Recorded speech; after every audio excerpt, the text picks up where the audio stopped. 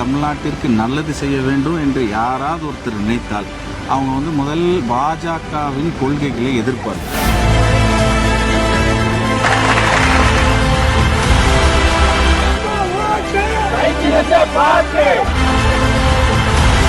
First of all our படத்தையே அவரால் release பண்ண முடியும். அதற்கு யார் காரணமானவர்கள் என்று ஒரு ஒன்றிய அரசின் கூட அவரால் சொல்ல முடியும். தமிழ்நாட்டை எப்படி அவர் வந்து தமிழ்நாட்டில் போட்டியிடுகிறார் என்பது வந்து எங்களுக்கு வந்து ஒரு பெரிய வருத்தத்தை தருகிறது. இந்த தேர்தலில் ஒரு 4 முனை போட்டி வந்து நிலவிட்டு இருக்கு. ஒரு புறம் அதிமுக, இன்னொரு புறம் தாவேகா புதுசாக கட்சி ஆரம்பித்து நடிகர் விஜய் அவர்கள் ஒரு இதோட இங்கே வந்திருக்கார், களத்தில் இருக்கார். அதே போல் நாம் தமிழர் கட்சி. இந்த 4 முனை போட்டியை நீங்கள் எப்படி பார்க்குறீங்க? 4 முனை போட்டியாக நாங்கள் பார்க்கல. நீங்கள் சொன்ன முதல் 2 கட்சியுமே ஒரே அணியை சார்ந்த கட்சியாகத்தான் நாங்கள் வந்து பொலிட்டிக்கலி நாங்கள் பார்க்குறோம். நீங்கள் வந்து ஒரு பக்கம் பிஜேபியை தோளில் சுமந்து கொண்டு வரும் அதிமுக, அதே போல் நீங்கள் சொல்கிற அந்த நடிகர் அவரோட இது பார்த்திங்கன்னா அவங்களுக்கு தெரியும் இந்த மாதிரி அதிமுக என்னென்ன ஓட்டு அவங்களுக்கு வராது. ஃபார் எக்ஸாம்பிள் மைனாரிட்டிஸ் ஓட்ஸு, சிறுபான்மையர் ஓட்டு, இதெல்லாம் அவங்களுக்கு வர அந்த ஓட்டை பிரிக்க வேண்டும்.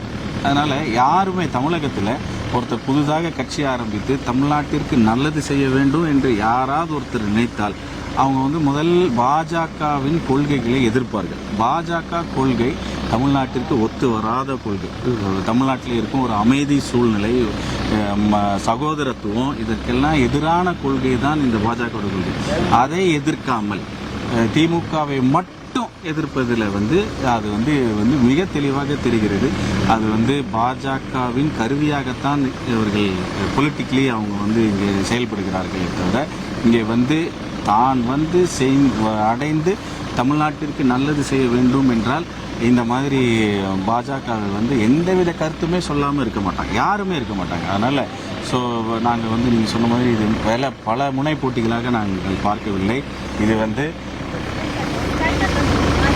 வந்து திமுக இருக்கும், தலைமை தாங்கும் இந்த மதசார்பற்ற முற்போக்கு கூட்டணிக்கும் என்டிஏக்குமான இந்த போட்டியை தான் தவிர பாஜக, அதிமுக அவர்களுக்கு உதவி செய்யும் மற்ற பல இண்டிபெண்ட் கட்சி தான் அது நாங்கள் பார்க்குறோமே தவிர போட்டிங்கிறது வந்து திமுக தலைமையிலுக்கும் இந்த ப்ரோக்ரெசிவ் அலையன்ஸ், யுனைடெட் அண்டு இது மட்டும்தான். இது மதசார்பற்ற முற்போக்கு கூட்டணிக்கும் என்டிஏக்கும் இருக்கிற போட்டி தான்.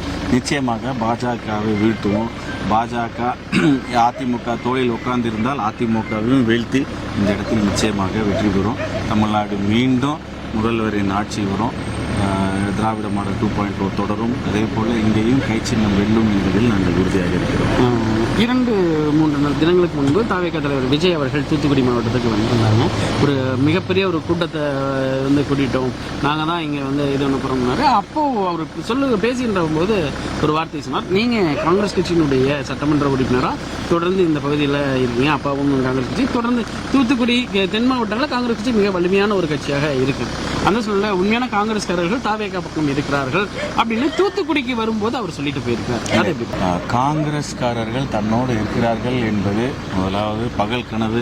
அப்படி யாரும் கிடையாது, அபத்தமானது, உண்மையற்றது. அப்படிப்பட்ட சொல்லை அவர் தவிர்த்திருக்க வேண்டும். எங்களுடைய கூட்டணி அன்னை சோனியா காந்தி, தலைவர் ராகுல் காந்தி, காங்கிரஸ் தலைவர் மல்லிகார்ஜுன கார்கே இவர்கள் எடுத்த முடிவிலிருந்து ஒரு அணு கூட அசைய மாட்டார்கள் காங்கிரஸ்காரர்கள். அதனால் உண்மையான காங்கிரஸ்காரர்கள் ராகுல் காந்தியுடன் இருக்கிறார்கள், அன்னை சோனியா காந்தியுடன் இருக்கிறார்கள், காங்கிரஸ் தலைவர் திரு கார்கேயுடன் இருக்கிறார்கள். அவர்கள் எடுத்த முடிவு தான் இந்த கூட்டணியின் முடிவு. அதனால் அவர் சொல்லுவது மிகவும் மிகவும் தவறு, அதை தவிர்க்க வேண்டும். இதோடைய அவர் வந்து முழுமையாக வந்து பாஜகவை எதிர்க்காத ஒரு அரசியல் எப்படி பார்க்குறீங்க? ஏன்னா மக்கள் வந்து இந்த கேஸ் தட்டுப்பாட்டுனால வந்து ஒரு மிகப்பெரிய ஒரு இன்னலுக்கு ஆளானாங்க. பிரதமர் கொண்டு அவர் வந்து நீங்கள் ஒரு பேரிடர் காலத்திற்கு தயாராகணுங்கிறது போன்ற ஒரு கருத்துக்களை எல்லாம் பிரதமர் உள்ளிட்டவர்கள்லாம் சொன்னாங்க.